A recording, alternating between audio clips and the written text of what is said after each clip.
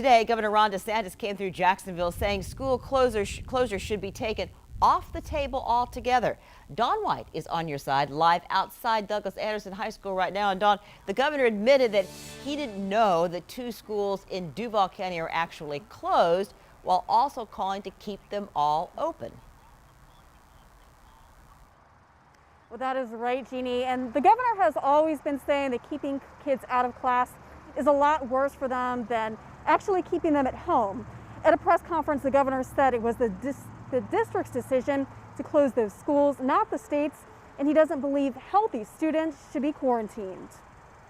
And the evidence was abundantly clear then, and it's obviously even more clear now, that schools are not drivers of spreading coronavirus, and schools need to be open. After the governor made that statement, a reporter asked for his thoughts on the COVID-19 spread closing Fletcher High School and Douglas Anderson School of the Arts. But DeSantis wasn't aware of the 2 outbreaks. I'm not sure those instances. I mean, I think what we've tried to say is, closing the school is not the best option. If you have some students who have positive tests, obviously you can isolate them. DeSantis says he wants to keep learning consistent for students, teachers, and parents.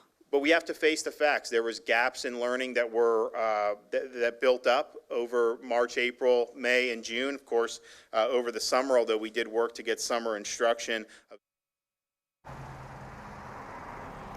And Fletcher High School will also remain closed through next week. Hear from a parent who has some concerns about in-person learning. That will be coming up at 6 o'clock. Live in Spring Park, Dawn White, First Coast News on your side.